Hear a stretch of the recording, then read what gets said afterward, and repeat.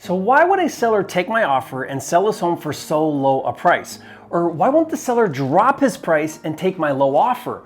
Or why doesn't the seller just fix and flip and sell it himself? Now these are common questions I receive from wholesalers and flippers, and the answer has to do with the seller's level of motivation. And the better you understand that motivation, the more successful you'll be as a wholesaler and a flipper. So on today's video, I'm gonna break down for you the anatomy of a motivated seller and share with you 4 common mistakes that you wanna avoid. All of that and more coming up.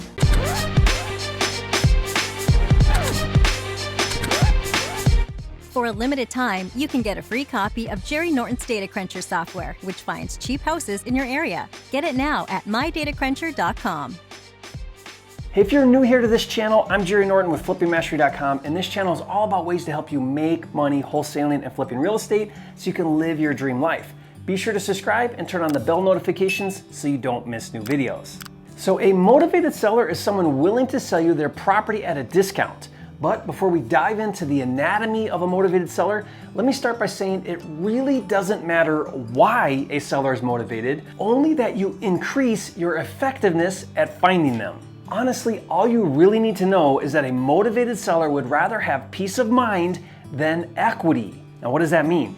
It means the property is causing them stress and anxiety, either emotional or financial or both, and in order to remove that stress from their lives as quickly as possible, they are willing to sell you their unwanted property at a discount and walk away from any potential upside just to relieve and be rid of that unwanted hardship the property is causing them. And I've said this before and I'll say it again, when it comes to acquisitions, your job as a wholesaler and a flipper is not to create motivation or convince a seller why he or she should sell you their property at a discount.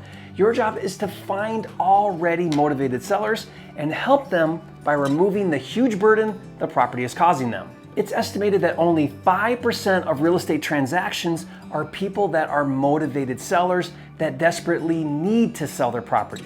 The other 95% are people that want to sell their property. There are 2 things that you need to know about motivated sellers. One is that they exist and they are all around you and they will gladly sell you their property at a discount. Why? Because they'd rather have peace of mind than equity. They are the 5% and your job is to find them. And 2, if someone doesn't accept your offer, all that means is they're not motivated yet, or they're not motivated enough yet to take your offer, and that's going to be the majority of people you talk to. Knowing those 2 things will help you approach the business with the right perspective every single day. When it comes to acquisitions and talking to sellers and making offers to sellers, there are 4 huge mistakes that wholesalers and flippers make that you want to avoid.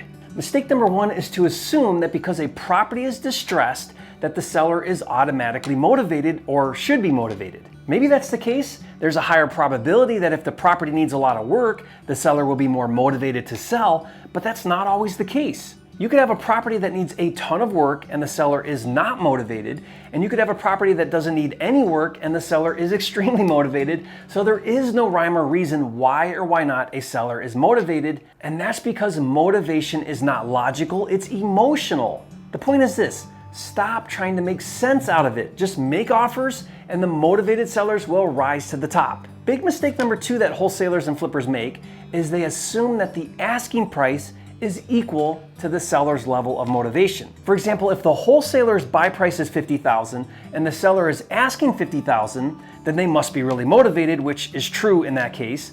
But the mistake is to assume that if the wholesaler's buy price is $50,000 and the seller is asking, let's say, $80,000, to think that they clearly must not be motivated, but that's not necessarily true. There is no correlation between asking price and acceptance price or motivation. It's logical to think that if they were truly motivated, they would lower their asking price. But again, real estate is not logical, it's emotional. And I can't tell you how many times I've made a low offer on an overpriced home and ended up getting the deal. In fact, recently I was working with one of my elite mentoring students in my fast track program, and she found a distressed property where the seller was asking $125,000. Now, after running the numbers, she needed to get it for $75,000, and she said, Jerry, I'm not going to make an offer because clearly they're not motivated because they're asking $125,000 and I need to get it for $75,000. Now I told her, hey, you never know, just make the offer. Well, in this situation, the seller accepted the offer, and come to find out, he lives out of state, he inherited the home, and he just wants to get rid of it. Now, does that happen every time? No, but it happens. The rule is to just make offers regardless of asking price. Which brings me to mistake number 3, which is not making low offers for fear of offending the seller. Maybe your low offer is offensive to the seller. If it is, who cares? That's not your business if someone else is offended. I recently made a lowball offer and the seller point blank said to me, I'm offended by your low offer. Now I replied back, well, I'm offended by your high asking price, which I wasn't. I said, look, I can pay all cash, I can buy as is, I can close quickly, and I can cover all of the closing costs. If having closure on this property is worth my price, great, let's get it done. If it's not, no problem, I get it, and I wish you the best of luck. Look, here's the takeaway. Always make the offer regardless of asking price, and don't be worried about offending the seller. Mistake number 4 wholesalers and flippers make with acquisitions is to assume that no means no. No never means no. No only means no right now.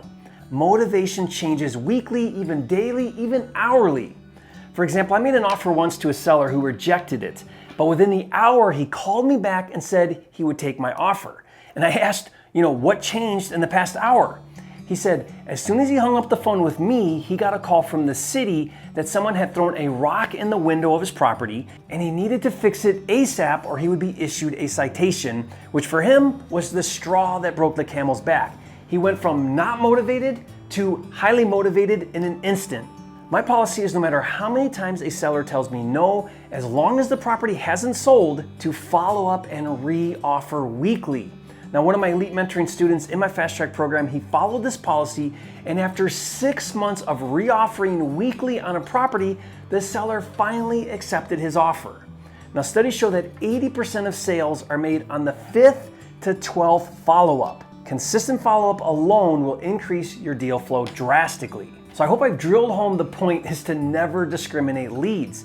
The number one most effective way to find out if a seller is motivated is to put an offer in front of him or her and see how they respond to it. Having said that, when it comes to lead generation, it's important we focus our marketing efforts on leads that have a higher probability of being motivated. To illustrate this, let's say that the higher the level of motivation, the bigger the discount the seller is willing to accept. So let's say that a seller would sell his property if he were given the right price. Now that would be a fairly low level of motivation, and maybe he'd be willing to accept a 10% discount. But let's say that the seller is what we call a tired landlord, meaning they're burned out and they're sick and tired of dealing with tenants. Now given that situation, the motivation jumps up, and now the seller might be willing to take a 40% discount. Well, now on top of that, let's say that the property is also vacant. That bumps the motivation up again, and the discount also goes up to, let's say, 50%. And let's say that on top of being vacant, it's also distressed and it needs rehabbed. That would increase the motivation again and bump the discount up to, let's say, 60%. And then finally, on top of being vacant and distressed, let's say that the owner is also financially distressed. Now that would increase the motivation big time and bump the discount up to, let's say, like 80%. Now, these are just arbitrary numbers for illustration purposes. The point is, the more issues going on, the higher the motivation to sell and the bigger the discount the seller will probably take.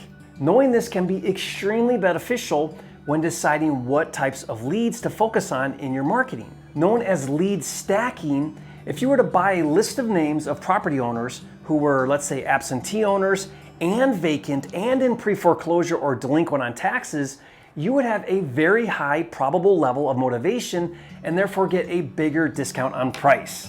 Okay guys, speaking of motivated seller leads, my wholesaling and house flipping deal management system, FLIPSTER, comes with several tools and lead sources. If you've never heard of FLIPSTER, it's a cloud-based deal management system that helps you organize, streamline, and automate all of the steps of flipping houses, including finding deals. It's really cool. To check it out and see it in action, just go to getflipster.com. And hey, thanks for joining me on this video. If you learned something new, show some love, hit that like button right now and leave a comment. Let me know your biggest takeaway from this video. I'd love to hear from you. And if you haven't yet, be sure to subscribe to my channel. I'm dedicated to helping you make more money in less time, wholesaling and flipping houses so you can live your dream life. And I'll see you on the next video.